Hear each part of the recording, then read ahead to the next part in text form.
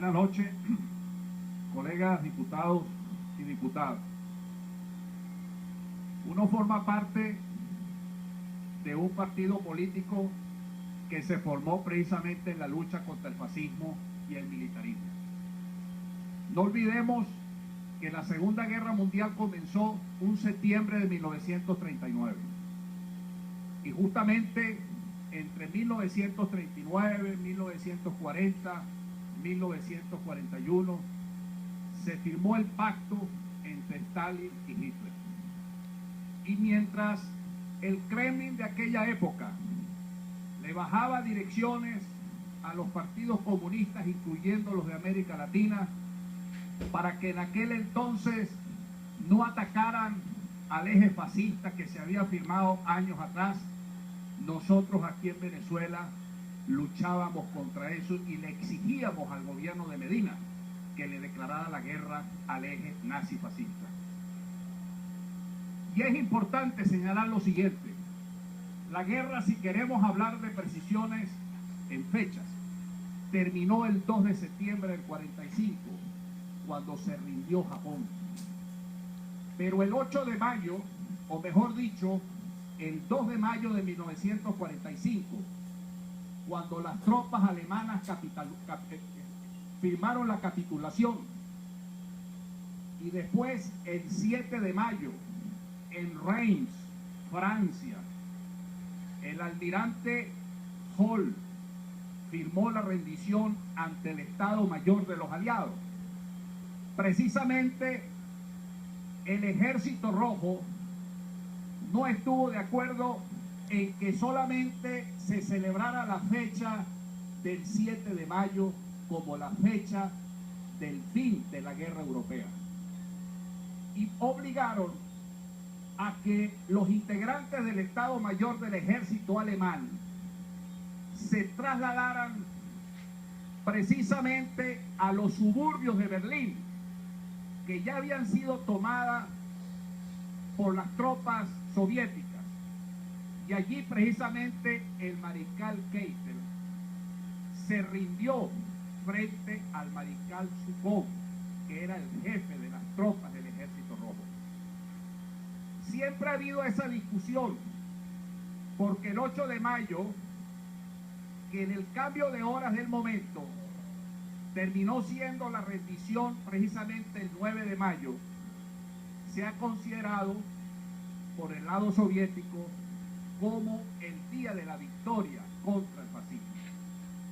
Pero igual derrota fue cuando entonces el 7 de mayo el almirante Hall se rindió ante las tropas norteamericanas y las tropas británicas.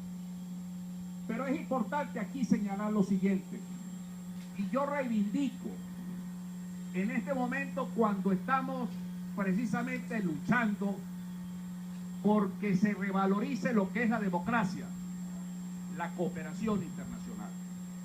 Porque una de las consecuencias del fin de la Segunda Guerra Mundial fue el hecho de que tanto los Estados Unidos como Inglaterra, Francia, la Unión Soviética, entre otras potencias vencedoras de la guerra, determinaron la necesidad de crear una organización internacional para que los conflictos se resolvieran por la vía de la paz y de la cooperación internacional.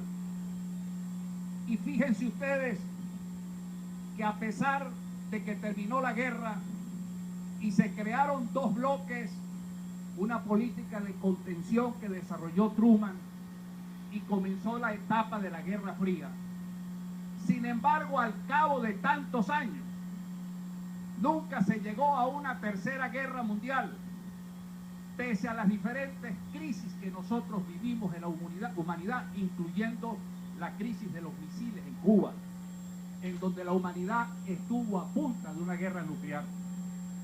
¿Qué quiere decir esto? Que había lecciones que había que aprender de la guerra mundial. Y yo creo que una de las reflexiones fundamentales del fin de la guerra es que precisamente cómo vencer lo que algunos llamaban la piedad animal que tiene tienen todos los hombres normales en la presencia del sufrimiento físico. ¿Cómo se explica que alemanes que eran normales como cualquiera de nosotros aquí ejecutaron acciones de genocidio y de lesa humanidad? Y cuando uno se pone a jurungar la historia, uno ve tres elementos fundamentales allí para que eso se produjera y se desarrollara de una manera contra la dignidad humana. En primer lugar, que la violencia estaba autorizada. En segundo lugar, que las acciones se convirtieron en rutina porque habían sido creadas por normas establecidas por el gobierno. Y en tercer lugar, porque las víctimas de las violencias se deshumanizaron precisamente por razones ideológicas y por cuestiones de adoctrinamiento. ¿Acaso no podemos aprender esas lecciones? ¿Quién viene aquí a decirme que las prácticas totalitarias y fascistas están de un solo lado? Hay muchas prácticas totalitarias y por eso una de las grandes lecciones que nosotros tenemos que aprender después de la guerra es el desarrollo de la doctrina y del discurso de los derechos humanos, que algunos de ustedes consideran que es un discurso imperialista y que yo soy de los que pienso que los derechos humanos no es concesión de ningún gobierno, sino que forman parte de la persona humana. Y si nosotros queremos erradicar el fascismo, y si nosotros queremos luchar permanentemente contra el fascismo, no revivamos los fantasmas del fascismo y vamos a darle entonces fuerza a lo que significa la persona y la dignidad humana. Ya basta que se utilicen entonces los recursos del Estado para agredir a la persona humana. Yo no comparto el criterio que ustedes desarrollan, que el Estado no viola los derechos humanos, sino que son las personas naturales los que violan los derechos humanos. Ese discurso absolutista es un discurso fascista, porque ese era el discurso que utilizaba Hitler en la Alemania nazi y Mussolini allá en Italia. Si nosotros queremos hablar entonces en un discurso que exalte los valores democráticos de cada quien, tengamos la tolerancia para aceptar los diversos criterios y seamos lo suficientemente democráticos y humanos para entender que nadie puede ser una máquina ni un robot en donde solamente se puede direccionar sobre la base de una línea y de un discurso, sino que como personas humanas estamos condenados precisamente al diálogo y a la cooperación. Así como la persona humana está condenado a la querella y a la divergencia, también el ser humano está condenado al diálogo y a la cooperación. Y a veces es difícil que ustedes lo entiendan, o algunos de ustedes lo entiendan, porque piensan que cuando uno ejerce el derecho de palabra y plantea cuestiones de principio, les comienza a salir el animal de adentro para tratar de opacar los criterios democráticos y el discurso que nosotros podemos desarrollar.